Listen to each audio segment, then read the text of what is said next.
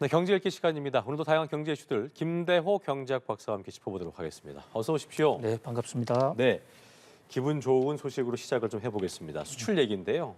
지난달 수출이 전년 대비 7.8% 증가하면서 2개월 연속 수출 플러스를 유지했습니다. 또 무역 수지도 6개월 연속 흑자를 이어갔는데 상당한 의미가 있어 보입니다. 네, 우리 경제가 수출 주도형, 국제 확장형 그런 경제 구조를 가지고 있지 않습니까? 네, 네. 여기서 가장 중요한 경제 지표는 역시 수출과 국제 수지 흑자 이런 대목일 것입니다. 네. 그런데 참으로 반갑게도 11월 달 수출이 7.8% 비교적 큰 폭으로 늘어났습니다. 네. 수출 증가는 사실 10월 달에도 시작이 됐었어요. 그래서 2달 연속 수출 증가인데 그동안에 우리가 상당 기간 동안 수출이 그 무역 수지가 흑자가 나도 불황형 흑자다. 이런 얘기를 많이 해오지 않았습니까? 네네. 수출이 감소하는 속에 수입은 더 감소했다. 그래서 불황형 흑자라는 얘기가 나왔는데 지난달에 이 수출이 이제 드디어 늘어나면서 불황형 흑자를 탈출해서 호황형 흑자로 가고 있다라는 그런 신호등을 보여주는데 이번에는 이 수출이 2달 연속으로 확대되고 수출 증가 폭도 더 커지면서 예. 이제는 길고 긴 불황의 늪을 탈출하는 것이 아닌가, 우리 경제가 좀 살아나는 것이 아닌가 이런 정말 기대를 모으고 있는 그야말로 듣던 중에 반가운 소식, 청신호다 이렇게 얘기할 수 있겠습니다. 네, 무엇보다 눈에 띄는 게 뭐냐면 이 반도체 수출인데요. 12.9% 증가하면서 16개월 만에 증가세로 전환이 된 건데, 자, 지금 같은 상승 흐름 좀 계속 이어졌으면 좋겠는데 어떻게 좀 예상을 해볼 수 있을까요? 예, 우리 경제에서 산업별로 떼놓고 본다면 가장 크게 영향을 주는 게 역시 반도체인데요. 반도체가 수출이나 GDP에서 차지하는 비중이 굉장히 높습니다. 예. 특히 메모리는 우리가 지금 세계 제1위거든요. 우리 경제가 이렇게 최근에 어렵게 된 것도 바로 이 메모리 부분 반도체의 가격이 떨어졌기 때문입니다. 물량은 그 정도로 팔렸는데 반도체 메모리 부분의 단가가 급격하게 떨어지면서 메모리 반도체 수입 대금이 급격히 줄었고 이것이 우리 경제에 마이너스 수출 또는 무역 수지 적자 이런 각종 악재의 진원지가 바로 반도체, 그중에서도 메모리입니다. 예. 그런데 이 반도체 부분의 또 이제 드디어 16개월 계속 감소하다가 11월 달에는 드디어 플러스로 돌아섰습니다. 네. 지난해 11월 달보다 더 많이 팔렸다 이런 얘기인데요. 이 반도체 수출 증가율은 12.9%로 우리 전체 평균 수출 증가율보다도 더 높거든요. 거의 2배가량 높습니다. 그래서 이제 반도체가 살아나고 있고 효자 반도체가 한국 경제에 다시 도움이 되고 있다 이렇게 볼 수가 있습니다.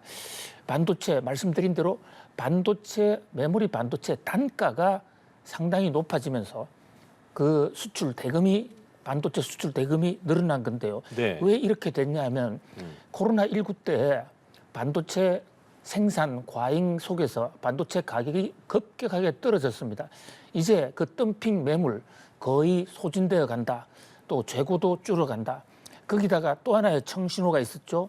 이른바 이 오픈 AI와 엔비디아로 대변되는 인공지능 서버를 지금 서로가 엄청나게 확대하려는 그런 경쟁을 벌이고 있는데요.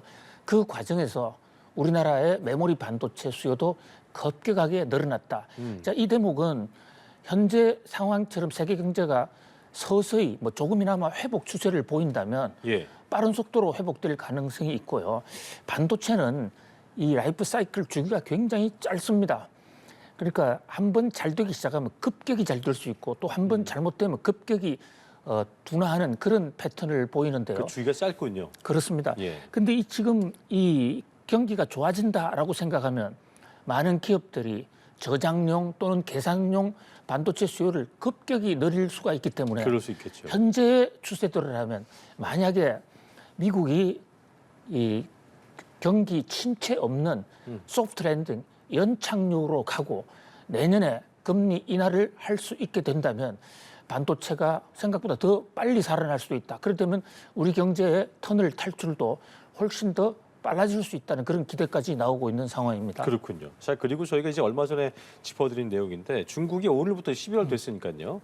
전기차 배터리 핵심 소재죠. 흑연 수출 통제에 나서게 되고 미국 같은 경우에도 전기차 공급망에서 중국을 좀 배제하기 위한 수순에 돌입할 것으로 보이면서 이게 우리 수출에 어떤 변수가 될까 궁금해지는 상황인데 이런 상황에서 한국은행이 이런 말을 했네요. 미국의 산업 정책이 한국의 수출 확대에 영향을 주고 있다. 했는데 이게 어떤 얘기입니까? 예, 지금 한마디로 고래들 싸움에 아주 똘똘한 새우가 아주 정통으로 지금 이 충격을 받고 있는 그런 모습이거든요. 등이 터지지는 않았고요. 예, 아직은 터지지 않았어요. 그런데 상당히 지금 비상입니다.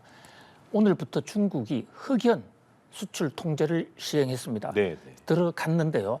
이 수출 통제라는 게 무조건 안 파는 게 아니고 중국이 다른 나라에 흑연을 팔 때는 이게 국무부의 외교 안보적 심사를 하고 상무부가 허가를 해야만 팔 수 있다. 네. 종전에는 일반 상거래이기 때문에 돈만 주면 사왔거든요. 근데 이 흑연이 중요한 것이 흑연이 우리 연필심에 들어가 있는 것도 흑연이고요. 그렇죠.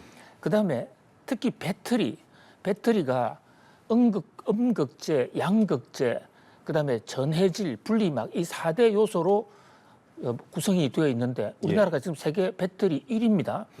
그런데 이 배터리에 들어가는 음극재가 대부분 흑연으로 만들어져요. 예. 흑연은 우리나라도 매장량이 많습니다. 전 세계가 많은 매장량을 갖고 있는데 생산, 가공 자체를 거의 중국만 하고 있어요. 가공은 중국에서 한 거군요. 그렇습니다. 그렇다 보니까 우리가 다시 매장을 꺼내서 가공하는 데는 시간과 돈이 너무 들기 때문에 현실성이 매우 떨어집니다. 그러다 보니까 중국이 독점적 우위를 갖고 있고 우리나라가 수입하는 흑연의 93% 이상이 중국산이거든요. 근데 중국이 마음먹기에 따라서는 오늘부터 언제든지 한국에 흑연을 팔지 않을 수가 있습니다. 그렇게 되면 우리나라 배터리뿐만이 아니죠. 이 흑연은 반도체, 원자력, 그밖에 첨단 장비에도 들어가는 핵심 부품인데요. 예. 이 대목에서 왜 제가 고래 싸움을 새우 등 터진다라는 말씀을 올리냐면요. 이게 중국의 미국에 대한 역보복입니다. 지금 미국이 중국에 대해서 반도체 규제하고 있고 또 중국산 배터리에 대해서 또 우려 국가라고 해서 빠르면 오늘이나 내일 중에 지금 중국산 배터리 또는 중국산 배터리하고 합작한 외국산 배터리에 대해서는 미국에 들어오는 것을 규제하고 보조금을 주는 조치를 지금 발동하겠다고 발표해놓고 있는 상태거든요. 예. 거기에 맞짱을 떠서 중국이 흑연을 팔지 않겠다. 중국 흑연을 팔지 않을 수도 있다는 겁니다. 자, 흑연은 소액 물량이지만 이것이 없으면 배터리를 아예 만들 수가 없는 그런 핵심 광물이라는 점에서 주목을 끌고 있는데요. 특히 우리나라는 지금 미국이 때리고 있는 배터리 여기에 대해서 중국산 배터리를 때리고 있는데 한국과 중국이 합작을 하고 있는 배터리가 많기 때문에 예. 그 대목에서 미국이 제재했을 때 상당히 우리가 그 보틀넥 어떤 정글에 빠져 들어갈 수가 있는데 그 대목과 관련해서 중국이 흑연 문제를 하나 더 얹었어요. 그렇죠. 그래서 이제 미중 간에 현재 갈등이 최고조로 달하고 있는데 거기에 핵심이 바로 IRA라는 미국의 인플레 감축법과 그렇죠. 흑연 이 두 전쟁인데 이 두 개는 우리나라에 다 직접적인 이해관계를 갖고 있습니다. 알겠습니다. 자, 이슈를 좀 바꿔서 우리 경제 실핏줄 같은 존재죠. 소상공인들의 체감 경기 좋아지지 않고 있습니다. 지금 소비자들이 다 지갑을 열지 않고 허리띠를 졸라매고 있기 때문에 소비 감소 여파 때문에 2달 연속 악화한 것으로 나타났는데 소비 감소의 원인 좀 자세히 짚어볼까요? 예, 지금 현재 그 기업들의 실제 체감 경기를 조사한 BIS 조사 결과에 따르면요. 예. 이렇게 지금 소상공인 자영업자들이 어려운 이유 스스로 밝히고 있는 이유의 첫 번째는 소비가 너무 둔화됐다. 사람들이 지갑을 열지 않는다. 이게 첫 번째 요인입니다. 그다음에 두 번째 요인은 날씨가 갑자기 추워져서 따뜻하다 갑자기 추워지니까 소비가 더 둔화됐다. 그래서 날씨가 두 번째 요인입니다. 세 번째 요인은 역시 금리입니다.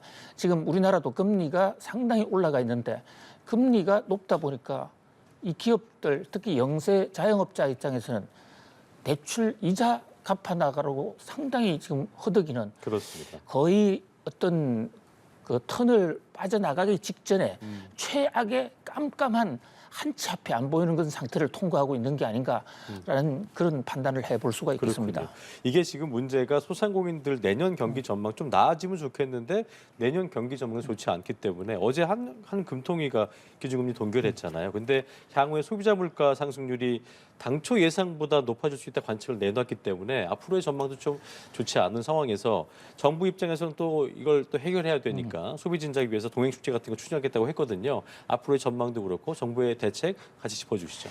예, 어저께 한국은행 금통위 결정 겉으로 보면 또 한 번의 금리 동결, 7번째 연속 동결이다.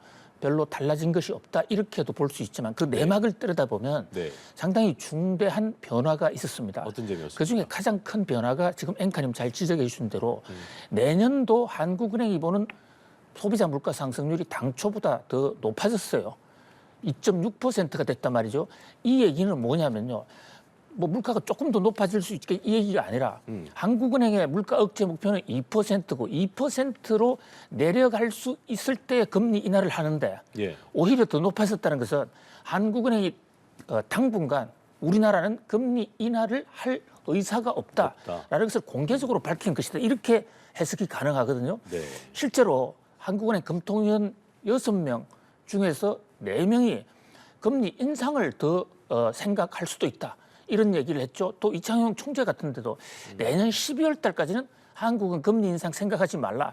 이런 얘기를 했습니다. 금리 인하를 기대하지 말라. 자, 이래 되면 금리 때문에 그 상당히 부담을 느끼고 있는 소상공인 입장에서는 내년 초반부에는 더 어려워질 수 있다. 또 금리가 안 내려가면 소비도 활성화가 되지 않습니다. 예. 뭐 그래서 동행 세일이라든지 이런 것을 하기는 하지만 안 하는 것보다는 낫겠지만 어떤 그 마지막 금리의 피벗 대반전 전에 인하의 움직임 그때 올 때까지는 힘들 그때는 상황이겠군요. 상당히 어려울 수도 있다.